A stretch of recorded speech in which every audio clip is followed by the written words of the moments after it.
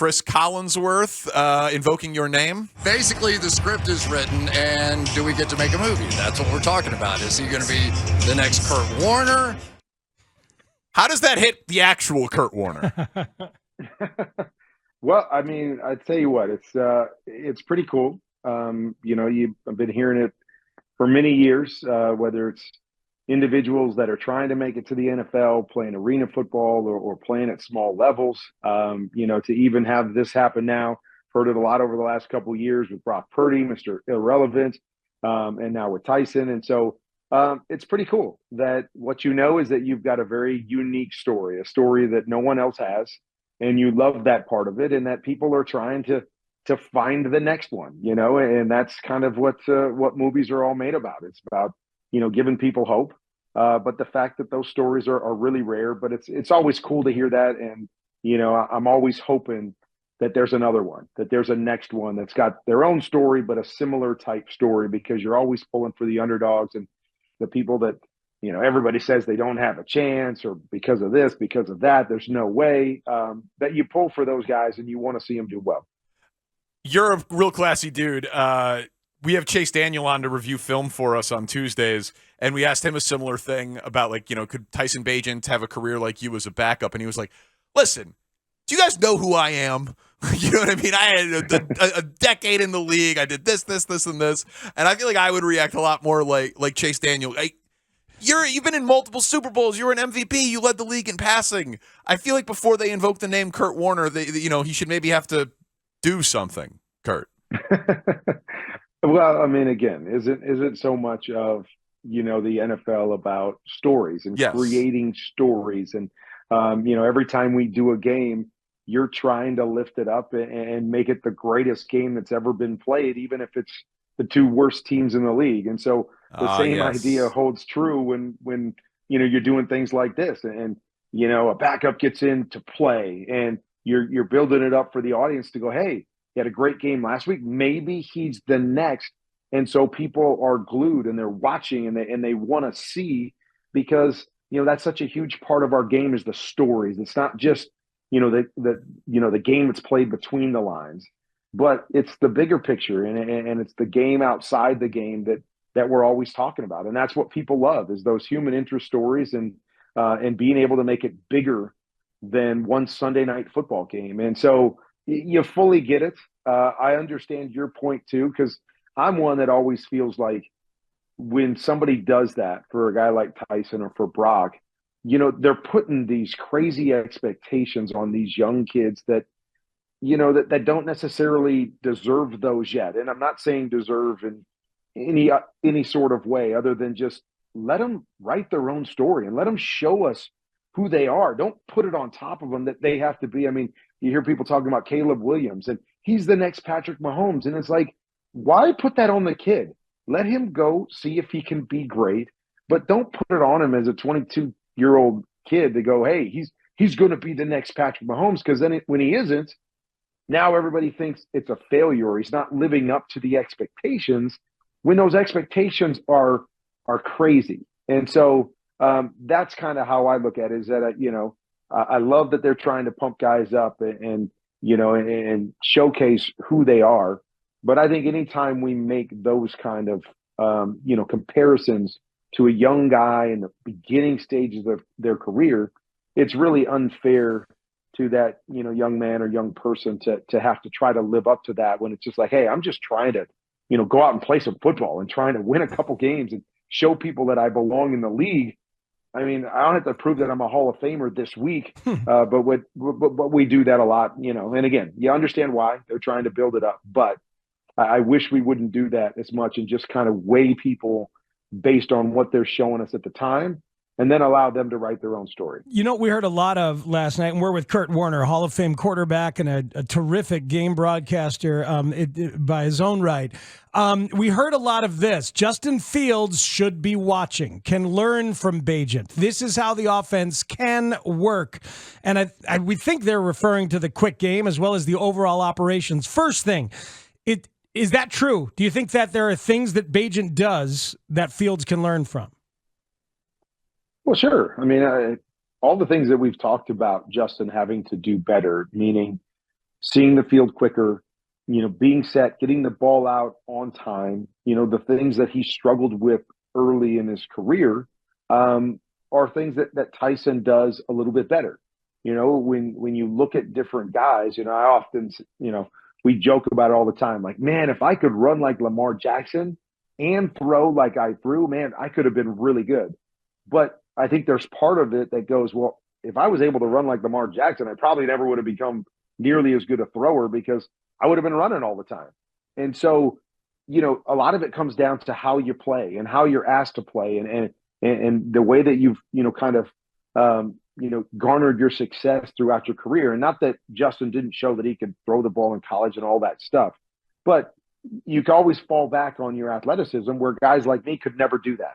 So because I couldn't do that, I had to figure out a way to do the other things really, really well. And so I think it's natural when you've got a guy that's, in the league that's had so much success being athletic and making the big play. And then you've got a guy that isn't necessarily built that way. And they come in and go, oh, gosh, the offense looks different because he's doing this. Well, yeah, we also haven't seen Tyson, run the ball for 1,000 yards in a season either. Right. So I think there's always things that we can learn from other guys, and we have to understand and recognize and be realistic with what are my strengths, but what are my weaknesses? And I need to make sure that I'm attacking both of them so my strength stays my strength, but my weaknesses continue to get better so they don't become a liability. So, yeah, I mean, I think there's things that Tyson is more comfortable doing, and you're seeing them play a little bit to that. And again, I think that all quarterbacks in the NFL have to learn how to play the game, and make the layups and get the ball out of their hands and do those things. That's where Justin Fields is growing. And so, Tyson, I think, is more comfortable with that. So you see it. And yes, you say learn from. Yeah. Do we want him to be able to do more of that stuff and play more on time? Yes. Is he going to have to? I believe yes, if he's going to have a long, successful career in this league. It's just that's where he's growing in the areas where he's growing. And so he's just got to get better in those spots. Kurt, you talked about earlier, like, you got to sell the game. You've called games on TV, radio. You're in these production meetings with these coaches. It felt like watching last night that there was like a lot of what Cris was saying was parroted of what maybe Luke Getsy would say about pro Bagent stuff, anti-field stuff, of just like being excited to run to coach a guy who will snap, throw, get the ball out quick, on time, the things that Tyson does well. How much of the analyst in that spot should we assume what he is saying is an extension of the people that they met with in production meetings? That's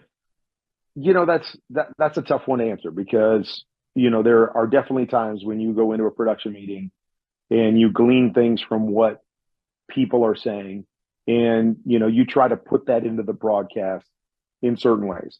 I think there's other times where it may not be as prevalent, but you feel certain ways about, for instance, let's just say the Bears offense, even when Justin was running it, was trying to be a timing type offense.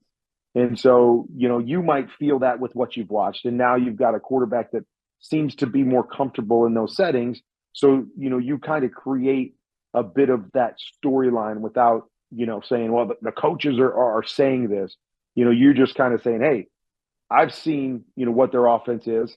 It's got to be, nice that they've got a guy in that seems more comfortable in what they're trying to do, because that's always a hard thing, whether it's Luke Getsy or any other offense coordinator, is that we all have things that we were raised on. We all have things that we think are our strengths. And so you bring an offense coordinator in, and I'll give you an example. When I was with Ken Wisenhunt in Arizona, he was coming from Pittsburgh. Their offense in Pittsburgh was a two-back, tight end, downhill run game, play action, two wide receivers a lot. And that's where their offense always started. He got to Arizona, and A, that didn't play to my strengths, but B, it didn't play to the strengths of our team. Anquan Bolden and Larry Fitzgerald, and we were a three-wide team, and it was how we were built. We didn't have a great offensive line. We couldn't run downhill. And so you're always kind of wrestling with that idea of, this is what I know. and this is what I've done well. And I would love to have the players that fit perfectly, the quarterback that fits perfectly in what I do, because that's easy for me to develop. And we had to develop a new offense in Arizona that was built around me as the quarterback. It was built around our skill set as a team. And it was an adjustment period for Coach Whisenhunt to kind of learn that and get comfortable in that. Yet that's what offensive coordinators and good coaches have to do. They have to build it around their playmakers, but it's not necessarily comfortable for them. Like, you can't expect every offensive coordinator that is ever hired to have run every kind of system, to know the ins and outs of, running 3 tight end sets with, 3 wide receivers. Like, we all have our strength of our skill set. And, so to Chris's point, again, I didn't hear the broadcast, but it could be something similar to that. Like, the offense coordinator is really comfortable in this. This is what his background is. So when, he has a quarterback or the players that allow him to do that, maybe they look a little bit better or they're more comfortable in the short term while they're trying to figure out exactly what the offense needs to look like for Justin Fields, as he's growing as a quarterback. But the good coaches are supposed to, because we saw it with Matt Nagy and Mitch Trubisky, like square peg round holes, and we're seeing it again with Fields here with Getty v. Bagent, right? The good coaches are supposed to do what Whisenhunt did for you, is what you're saying, right? Adjust the marching orders to the talent that they have. Yeah, I mean, you'd like to think that. Okay. But again, so when you bring a Ken Whisenhunt in who hasn't been, hasn't been raised in that particular offense, how is he supposed to get comfortable with that? How is he supposed to, now that he's in a new place with new players, how is that, supposed to take shape? Now, in our situation, it took shape because I was able to help him. I was able to say, hey, coach, let's do some of these things. And I could have answers for it. And I could show him why we were capable of doing these things and why we were able to put in these plays, because I could see them and I could read them and I could make that work. And so I could help teach him while we were having success, and there's a lot of times he would fall back on what he did. And I would have to, kind of fit into that world because there were some really good things that we did from that perspective. But we had to find that balance and we had to teach each other. Now, again, you look at an offensive coordinator like in Chicago, and now you've got a young quarterback that's there that, is trying to figure this out on their own and hasn't had that success or hasn't gotten to the point where they go, okay, coach, here's what I can do. And let's adjust what you're doing and let's do a little of this and a little of that, because now I understand that it's not as easy. And so we want results yesterday. I get that. We want that in our business, whether it's the young quarterback or whether it's the offense coordinator that's taking over, that's supposed to make this unbelievable offense to fit perfectly with whatever our players are. There's a process that goes into it while you're learning each other, while you're learning the nuances of who your team is and how you have to play. And everybody goes through that learning curve. It's just, we don't all have the background in doing everything. Where, as a quarterback, I've got to be able to play with a 2-back. Then I got to be able to play out of empty. Then I got to be able to play, with the play action. And I got to be able to, you're not going to be great at all of it. And the same with coaches is they're not going to be as schooled and as good and as nuanced with every aspect of it. They're going to gravitate to, hey, this is where I'm really comfortable. This is where I've had my success before. And yes, you want to see them evolve and be able to create what you need to be successful. But again, I know we make it and it seems like it should be so easy. Hey, just cater your offense to your skill players. Oh, okay. I mean, it sounds great, but I still have to develop this offense that has the continuity and connection and an expertise that when I go into the game plan room, that I feel comfortable with what I'm creating. And I understand how we're doing it to have success. And it's not just an overnight thing. It wasn't in Arizona. It was a process. I got there and it's great. It's great stuff, Kurt. And some coaches just know what they know, and the great ones are the curious ones that can expand. Thank you so much for your time. We're up against the end of the hour, Kurt. Thank you so much. Enjoy Vegas and Detroit. Thank you. You got it. You get stuck with me because you know I can talk. We'll talk to you guys next week. Oh, listen, we like it. We wish we could do it for hours. Thank you, Kurt. We'll call back next hour. Thank you, Kurt.